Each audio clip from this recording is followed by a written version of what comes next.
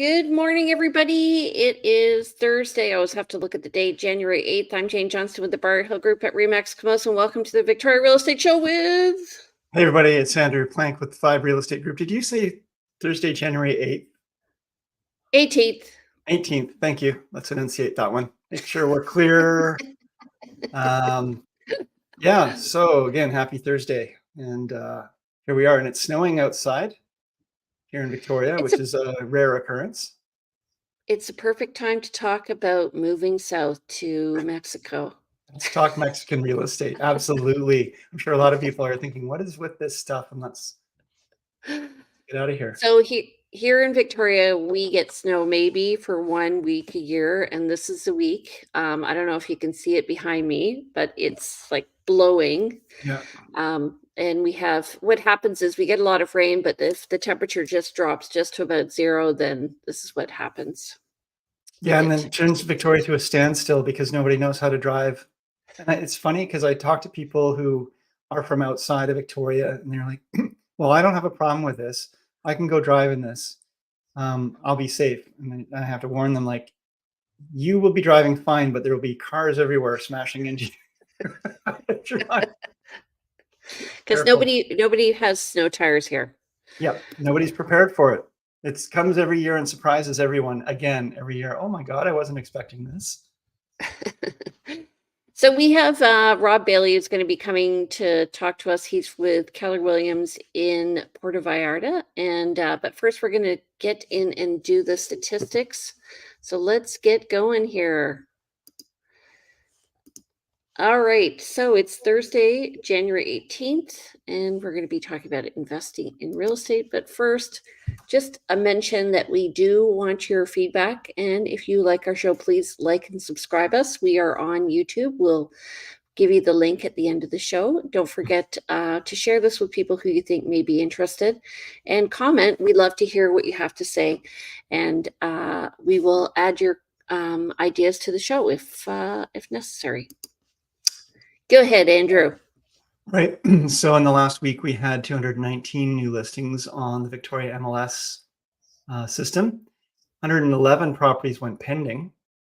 51 property price decreases, 0 price increases.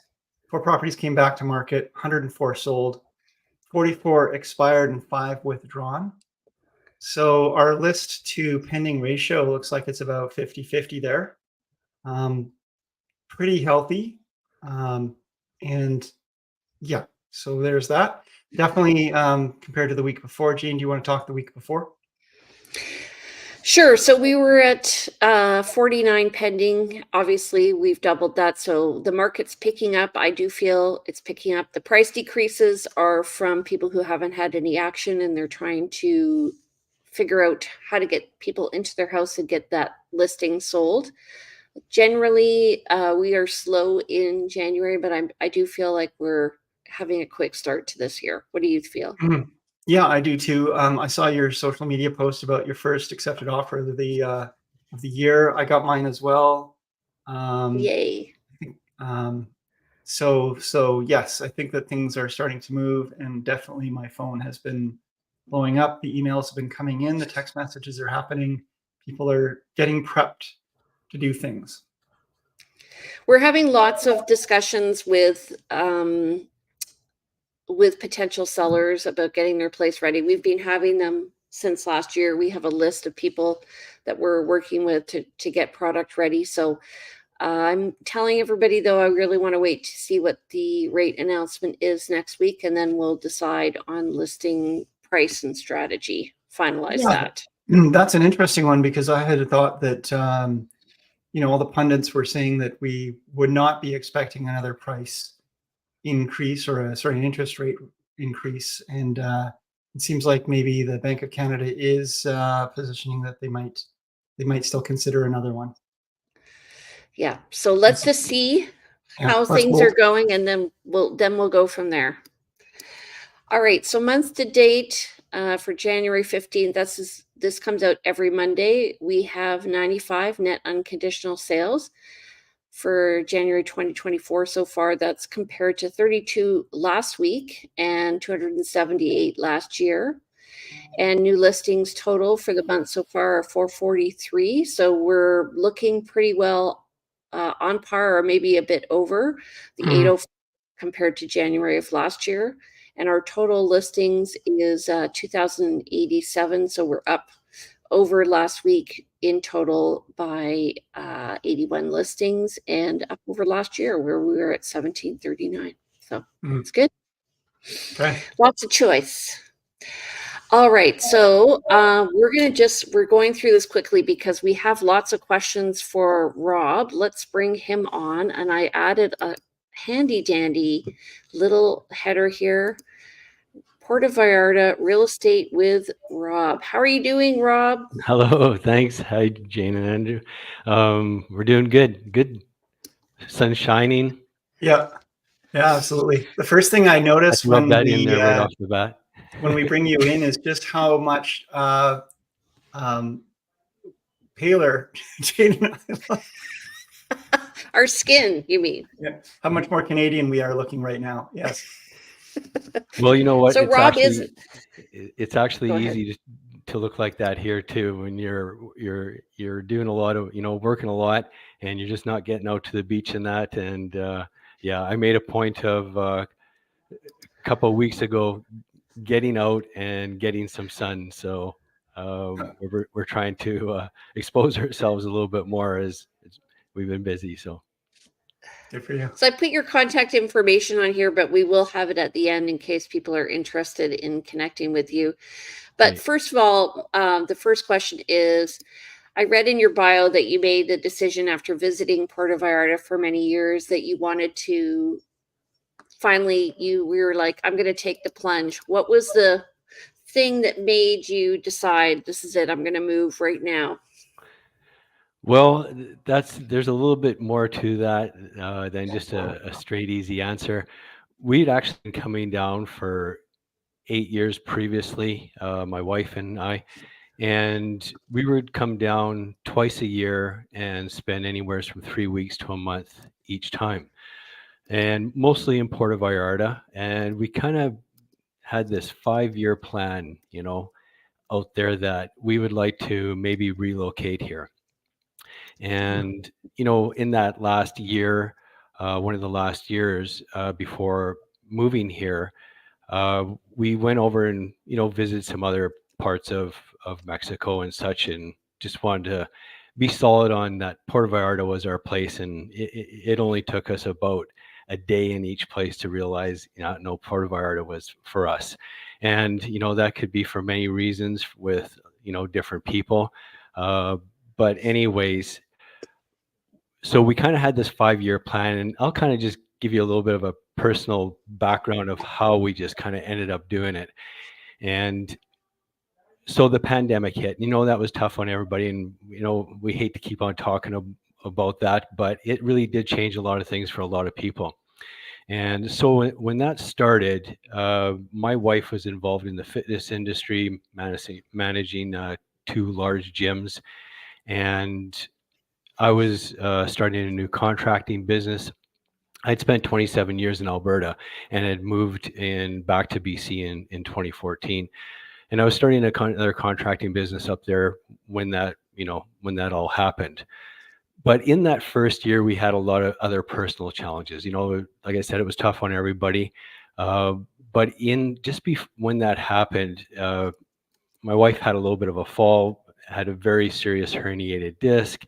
Anyways, make a long story short about that is we waiting for surgery for her for 11 months for a complete spinal fusion, plates, screws, rods, the whole thing.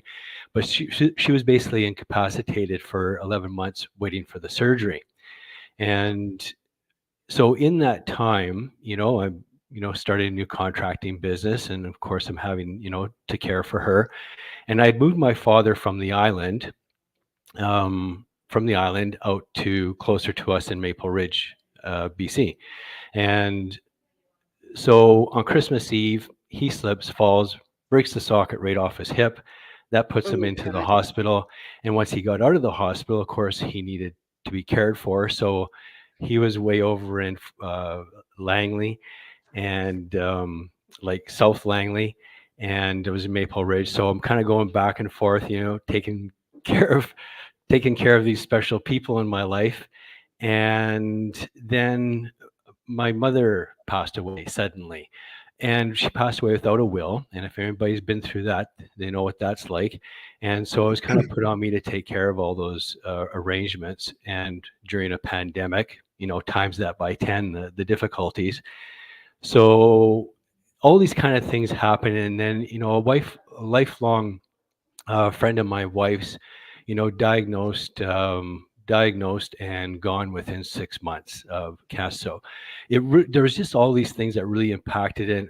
My wife came out of the surgery and she just said, you know what, you've been always the one, like, let's just go and do it. And she needed plan A, plan B, C, D, E, F, G. And she says, you know what, let's just do it. So that day that we decided, in 8 weeks, we sold absolutely everything, and including our home, which we sold completely furnished. Actually, the people that bought it, the wife came in there and loved absolutely everything. She basically said, take the pictures out of the frames and leave, because I love absolutely everything. So when we left, we were just locking the door and going away on vacation, because nothing was, everything was just left. So there we were, 6 suitcases and a cat, and we were leaving to Puerto Vallarta. And because of all the closures of the borders and canceled flights and everything, like 3 or 5 sets of flights we had canceled. And so how we got here That's is a whole other.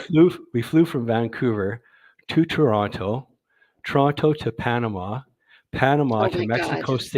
Mexico City to Puerto Vallarta to get here, because it was just time to go. We were, basically out of place.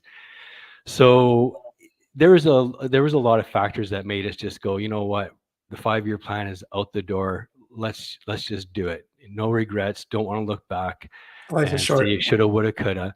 Yep. And so that's what we did, Mhm. and ended up here, and yeah, just kind of winged it, actually. And you So landed you'd come from being a contractor, and you landed in Puerto Vallarta as a real estate agent. Yes. Tell Well, me a little bit about that journey.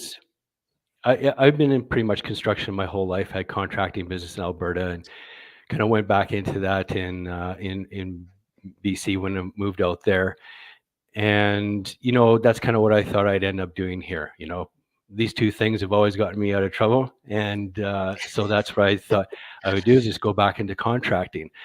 And I came down here and I did, start looking into it, quoted a couple jobs, did another couple little, handyman kind of stuff, but quoted a couple other jobs. And I was really going to focus, obviously, on the expat community, because you cannot just you cannot compete with the labor prices down here. yeah. But I even found that challenging. And then once I got into it, I thought, geez, is this actually what you want to do? You've been, busting your back, how many years, and is this actually what you want to do?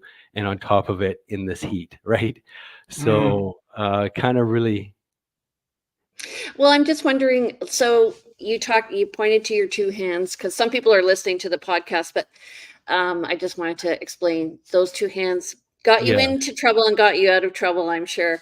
Uh, was was that a key factor in helping you become a successful realtor? The fact that you have a background in building, in giving people trust when you're showing them product on the market? Yes, I definitely think it's helped. I mean, the broker that I kept on running into, and this ended up happening, me going into real estate, that was one of the factors. He says, your contracting background, you're approachable, give it a try, and what do you have to lose, kind of thing. So that's how I got into it. And I would say it has helped me. Maybe it gives me a little more trust with people, and Yeah, credibility. a little bit of credibility, when I'm going looking through, houses or buildings or whatever, and just getting to know more about the construction side of it here, rather than just, taking everything at face value. Go ahead. Let's I'm sure our listeners and watchers are curious about what the process is for buying in Mexico and what the differences are. Like I I understand you haven't been a real estate agent in Canada, so it's new to you there, but I'm really curious if you've picked up on or are aware of, like, what are the differences both in process and in laws or Practice? practice between buying a property in Mexico as someone coming from, let's say, Canada or the United States, coming to Mexico and buying. Yeah, it's my understanding too that depending on where you buy, you have a different process because you can be, if you're close to the ocean or not, these are different issues. Yes, yes, it is. So there's generally kind of two different zones, really. There's the restricted zone, which is within 50 kilometers of water, ocean, 50 kilometers of the ocean, and 100. It's about 100 kilometers within from a federal border. Those are restricted zones, and foreigners cannot purchase property, deed title in hand. So in 1973, the Mexican government kind of saw the wisdom of letting foreigners invest in these areas. So they created the what they call the fideicomiso. And basically what it is the property is held in a trust with a bank, a regulated bank that is authorized to hold trusts. And you are, the trustor A trustee. of that. Yeah. Yeah, right. And of that property to buy, sell, rent out, um, you know, pass on to Operate it. heirs or whatever the case. You're in full control of that property. It is not an asset of the banks. They are just regulated to hold that Right. property. So, is there, this sounds maybe crazy, but when I was in Venice last year, they had the Venetian price, they had the tourist price, and they had the Italian price. Are there different price structures depending, like if you're an expat versus a local? And when do you officially become a local? Like on the island, I'm not a local still, 25 years later. Never will be. Right. Right. Well, there isn't different prices as far as real estate goes. It has been known certain restaurants will have, an, a English menu and a Spanish menu, and the English menu, the prices are a little bit higher, and they can put that to that, well, it costs us more to have those menus translated, or it's high season, low season, they'll have a different menu, uh, but in most cases, no, the prices are just what the prices are. Okay. Are there any kind of foreign buyer tax, or, putting it through the trust must increase some cost, probably minimal, when you're talking the larger price of a Yes, property yeah, outright? it does to increase to set up the trust, and it's a little bit longer process. So basically, how it works is once you have found a property that you want to purchase, it's a 10%. So you write the offer is accepted, and then it's 10% of the purchase price is sent to escrow within kind of max 10 days. Mhm. And just like any offer to purchase agreement, you have in there contingencies of what you want to see. You want to have a home inspection done, and of course, you always have in there that you want to see the condo regime and minutes and everything else. And so, if any of those things come back and you don't agree with, then just like there, you're out of the transaction. Your money is sent back from escrow. But if you continue on, everything looks good, you're looking at about 60 days to close on that property. If it's a Mexican national selling to a Mexican national, vice versa, I mean, they'll close properties in 30 days. But because of the the factor of setting up the trust and everything, that does add some time. Now, Okay. in Victoria here, in BC, we recently lost the right to have short-term rentals. Our legislation dropped that But I'm assuming that you probably got a portion of your clientele that are buying but not moving to live there. They're buying as investment. Is there kind of a how is the Airbnb industry there, and is it regulated by is there any government legislation overseeing anything? What's the how is it look as an investment if someone was to say, Rob, I want to buy one of these units, but I'm only going to be there a month a year?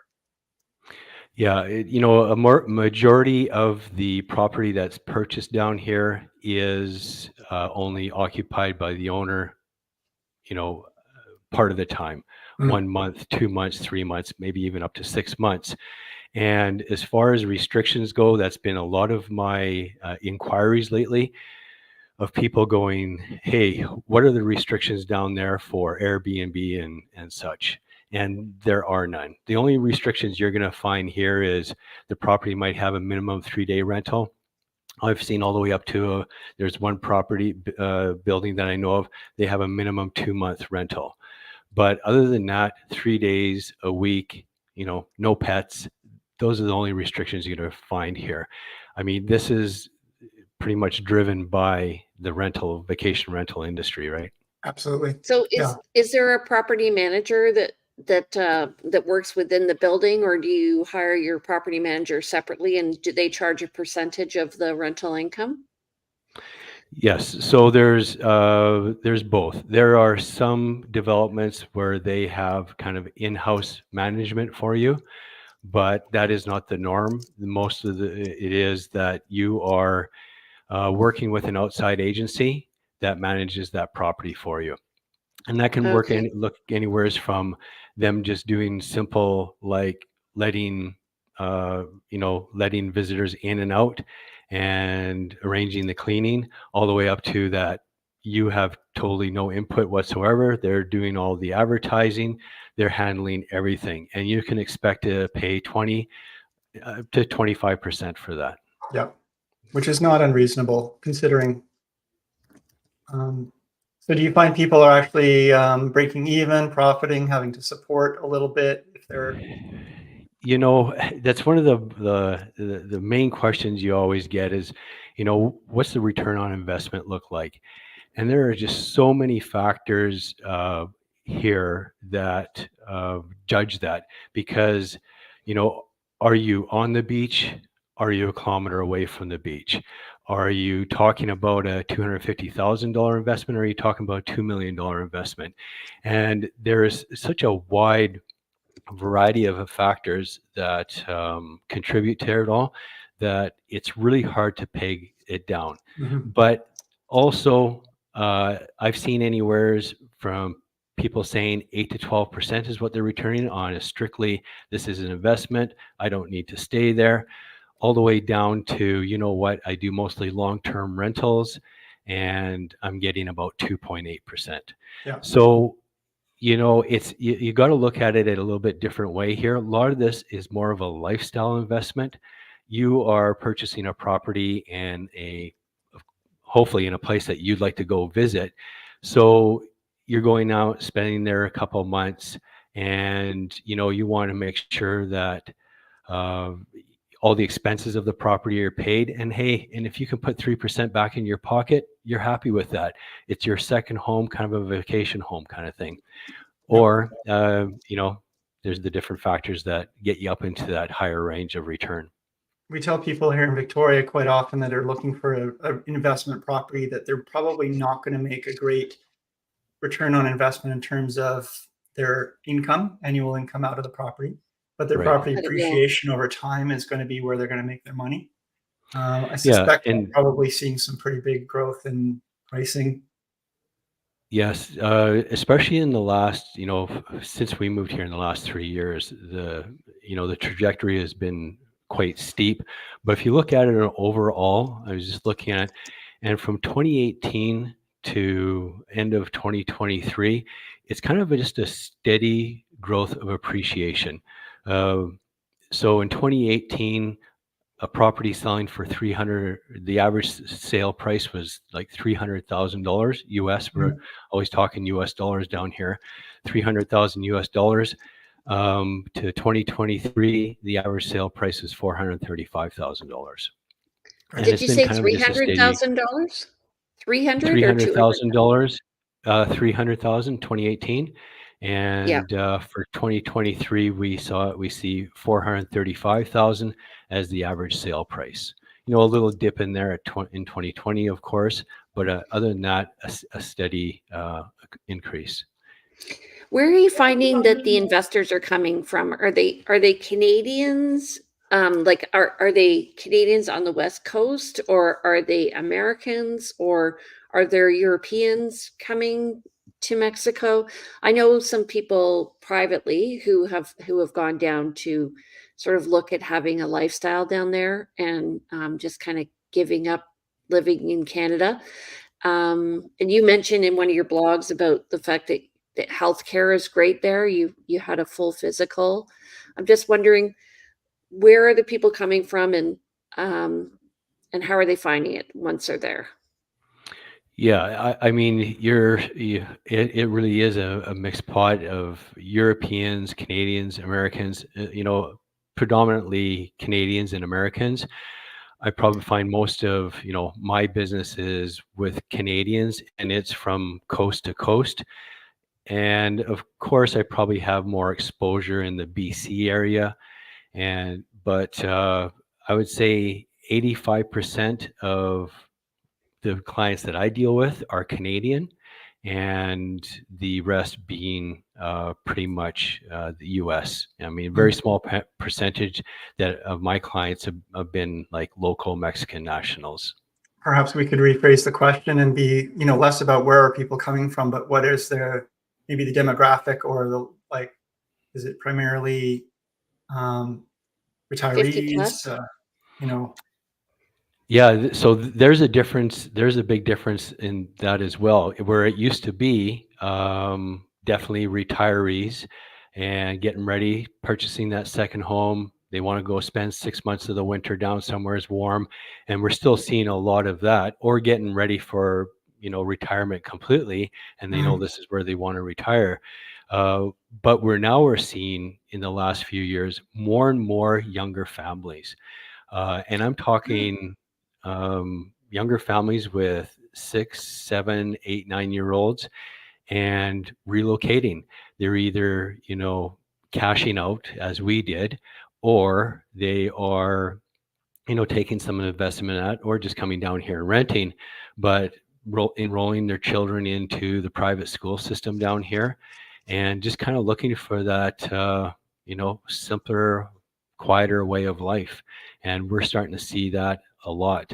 Right down our road, there's a private school, and it's funny when you're seeing the kids get out, you see how many of those people are it's expats. Right. Do you need to speak Spanish to live there? No, you don't need to speak Spanish. It is, English is very predominant, but of course, it definitely helps. They love it when, the locals love it when you are showing at least you're trying, right? But hey, I'm my Spanish is nothing to speak of yet. I'm having a hard time, retaining that in this old head. But it's out of my wife and I really want to learn the language, just out of a respect thing too. That we're living in this country. So Canadian of you. I have two questions. One is about reporting income. I guess if you are an investor in Mexico and you have an income coming from a property, how do you report that on your Canadian taxes? And secondly, how do you become a realtor in Puerto Vallarta? I'll be down in a couple weeks. As far as taxes, I am as far as away from an accountant as you can get. But when you're investing here and reporting back, you're either reporting back that you have paid your taxes here. You cannot be taxed twice. and that has something to do with, agreements between the countries and such, but you cannot be taxed twice. And a lot of people fear that, I'm going to have to pay tax there, then I'm going to have to pay tax back here.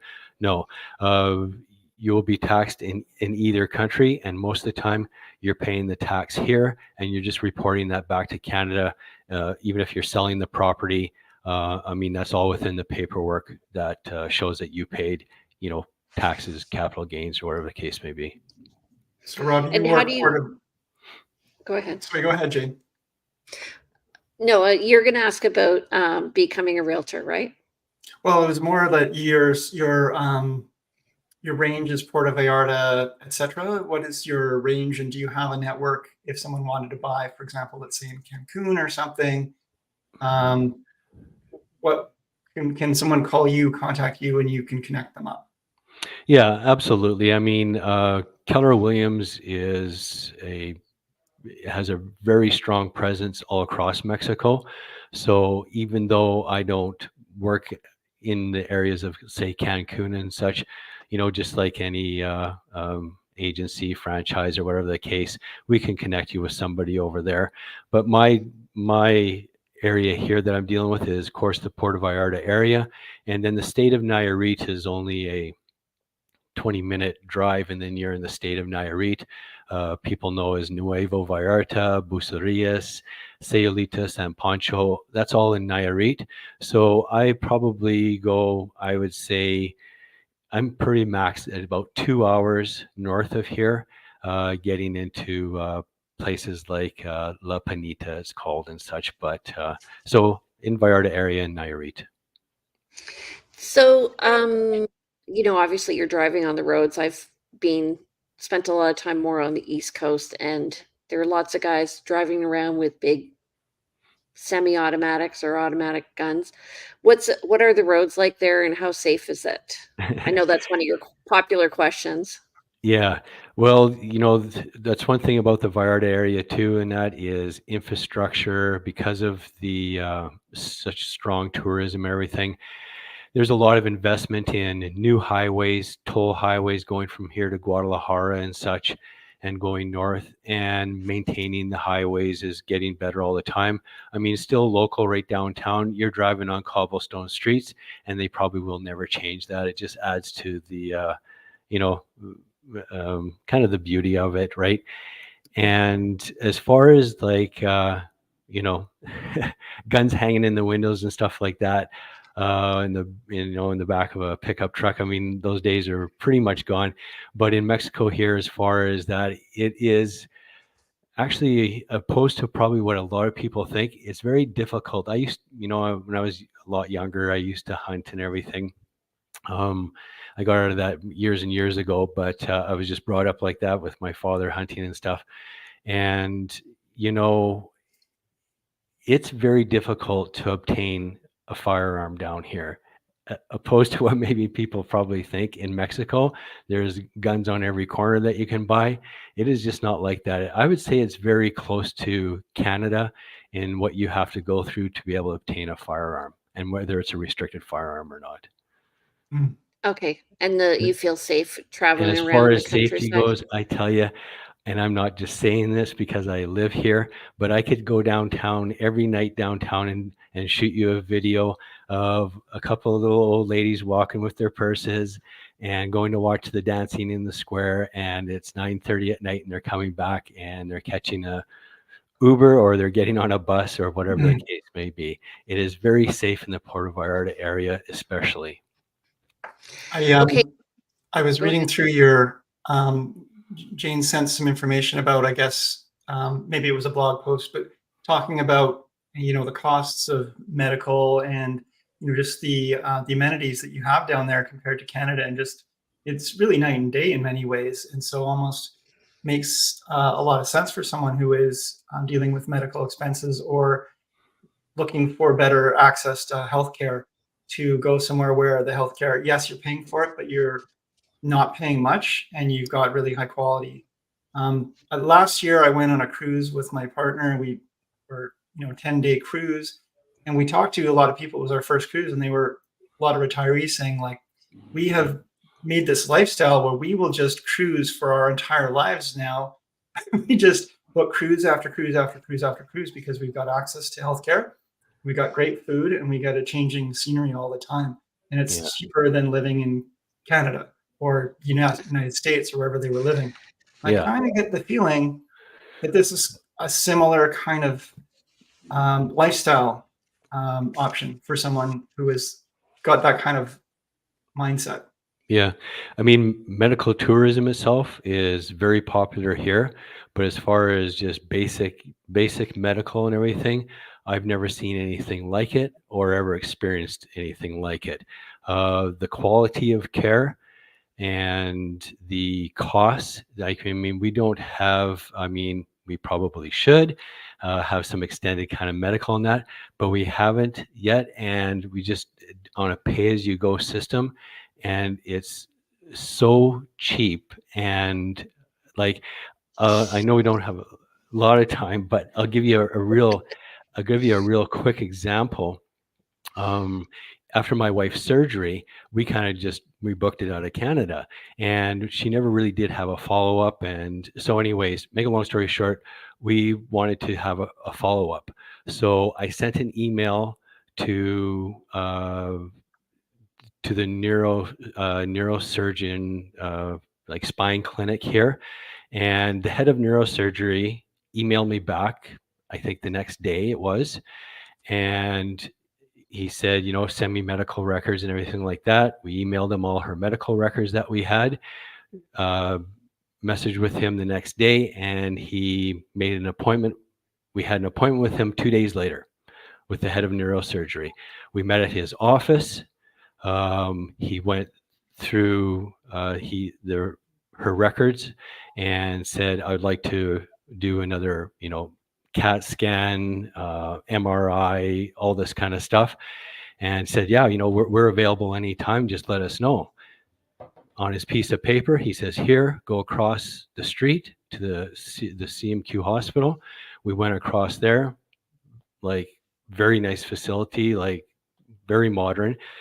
Went in there, she got all the testing done, and he told us to come back after that.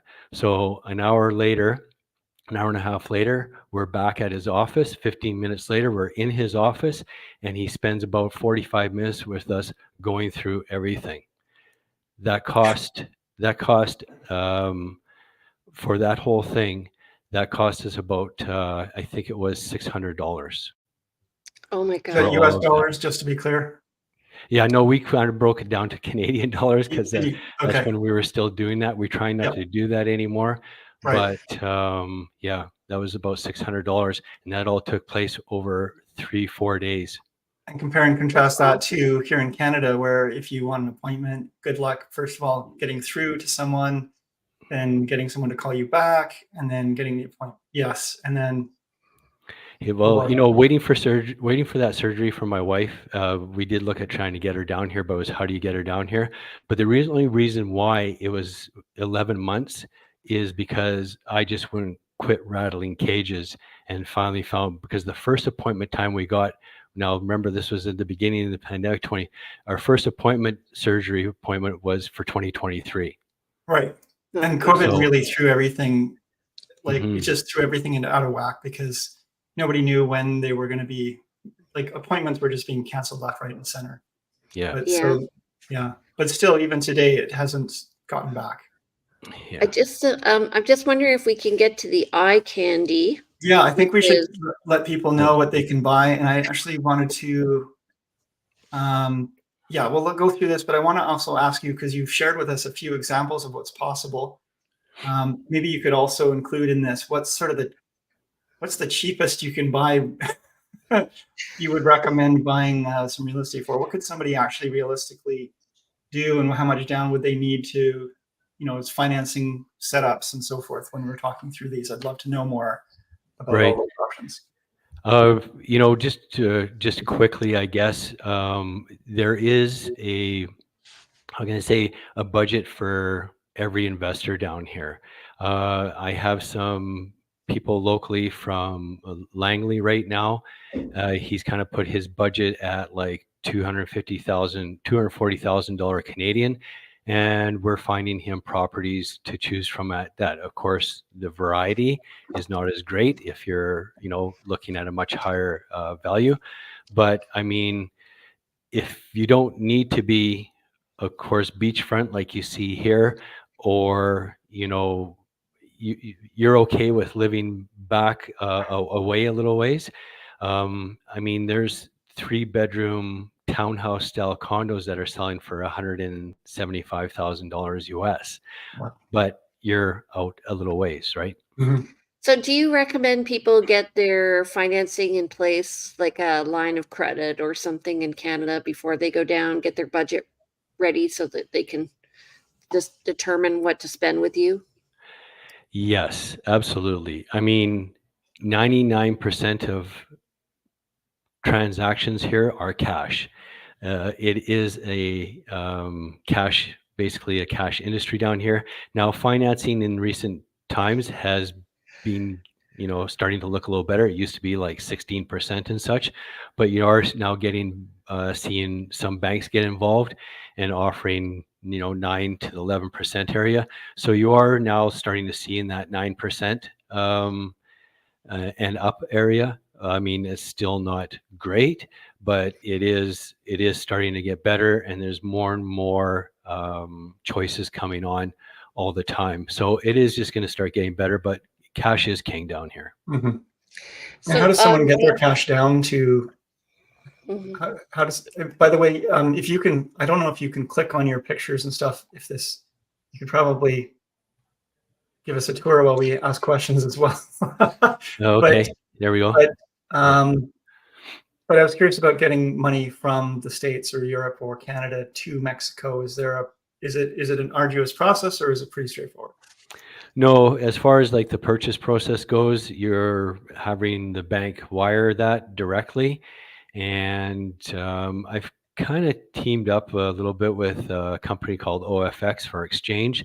Sometimes they can just offer a little bit better rate than what your bank. I mean, your local bank is going to be probably the most, let's say, not the best rate. So using an exchange company in between is always probably a little better. So, they'll wire that from your personal bank to the exchange company. They do the exchange for you, and then they send that to the escrow account here. So what I'm There's getting, Bank of Nova Scotia as well, though, that banks down there. Yeah, so these banks that you see down here, HSBC and that, they're really not affiliated with the HSBC. You would think but they're really not affiliated. They don't really work together across the borders. Okay. just judging from based on our conversation and the questions I'm asking and the answers you're giving, I can see that you are a one-stop shop solution here.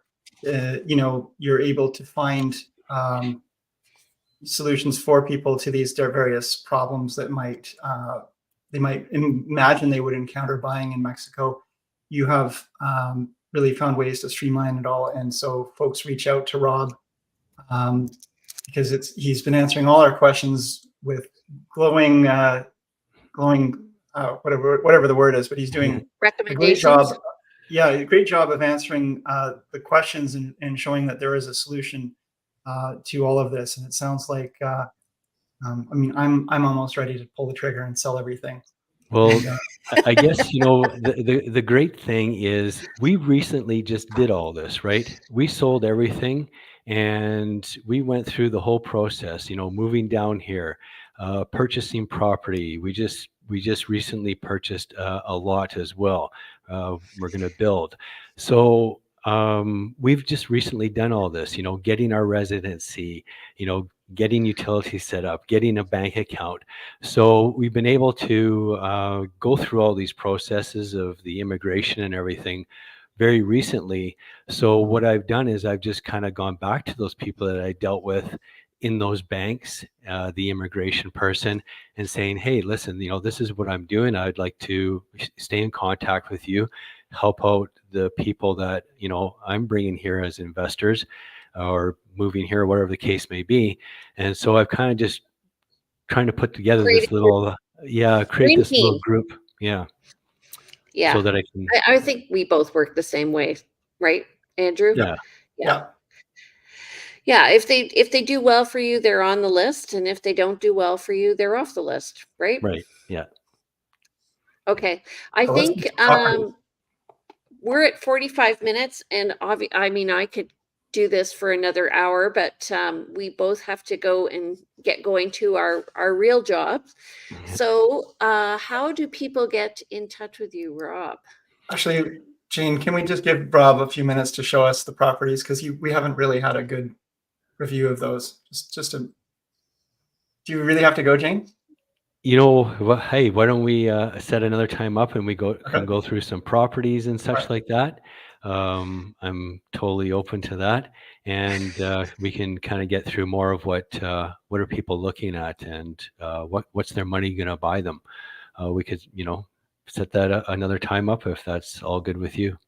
Sounds great to me. That's good with me, because then I Yeah. think we could get a more fulsome explanation. And actually, if you can get on your cell phone or send somebody around on a cell phone, we could put them on and do a tour of the properties while you're maybe in your office or whatever. Maybe your wife could help you out.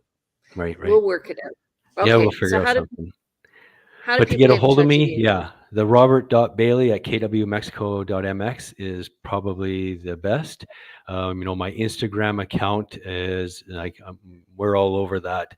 And as you see on the screen there, Rob Bailey _Vallarta Real Estate. You can find us on Instagram. And we're always posting properties and information. And we try to do, a really good job at that to, people can follow that and learn a lot.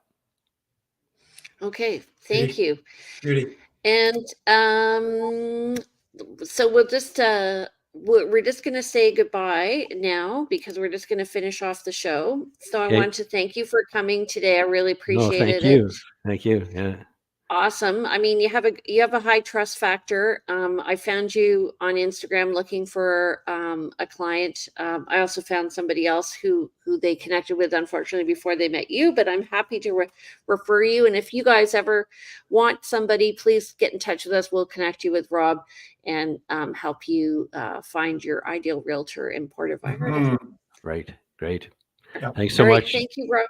All Okay. right. Take care. Bye-bye. Great chatting with Bye. you. See you later. All right, Andrew. Yeah, well, So needs and wants. Oh boy. Are we doing that? Okay, so I need a single family fixer-upper starter kind of home in Colwood Machosen area.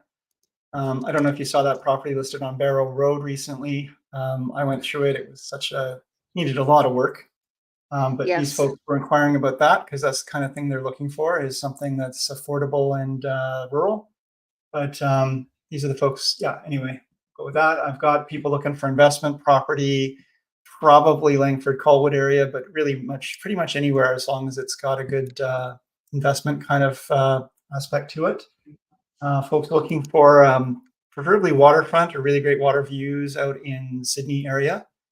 I've got folks looking for single family home, 4 beds, 3 baths, up to 1.1, 1.2 in the Langford Colwood area. That's a quick one. I've got others as well. I'm sure you do. So let's hear from you. I don't have listings coming up right now. Okay. Well, we have a short-term rental coming up on Baird in Port Renfrew. This is going to be priced at $825. It's 4 bedrooms, 2 bathrooms. It's one house away from the water, but it does have water views. It's really nicely done, and it's got good revenue. So if anybody's looking for a short-term rental, that's coming up. We're going to go live this week because the whole world has stopped in Victoria. We're waiting till next week. We have another listing coming up. It's on Stillwater, 7 Stillwater. This is a 4 bedroom, a 2 bathroom home. It's an older character kind of type home, 1950s or 60s type home. It's on a large lot, so there'll be potential in the future for development of it. And it's close to the highway off Helmkin, and that will allow for immediate possession. And what else do we have going on?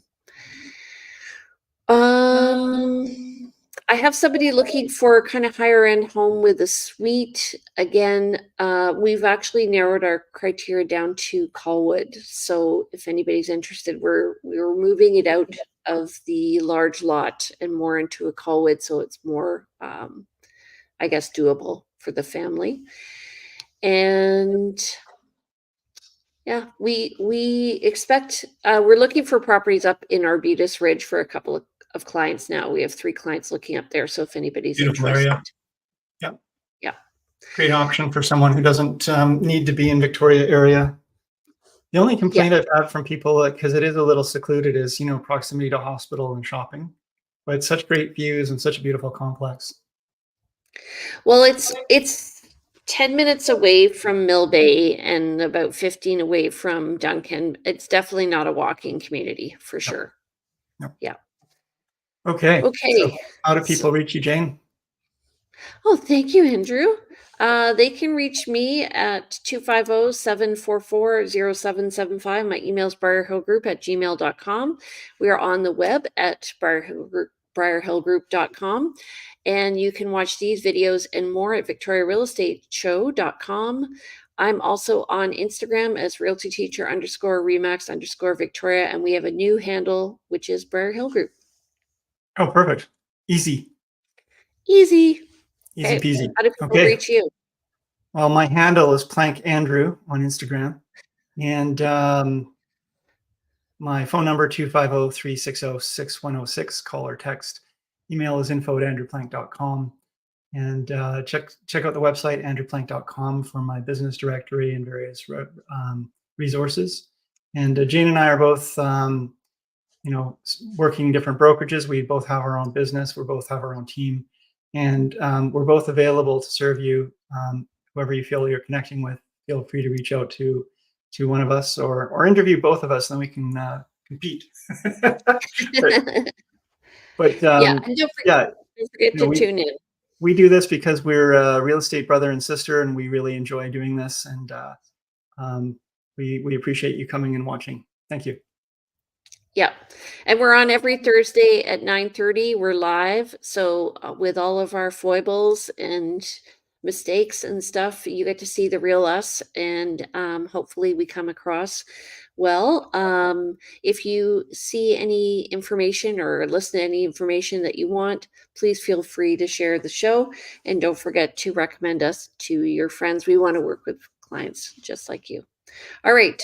Take care, everybody. We'll see you next Thursday. Have a great week. Bye, Andrew. Bye, Jane. Bye, everyone.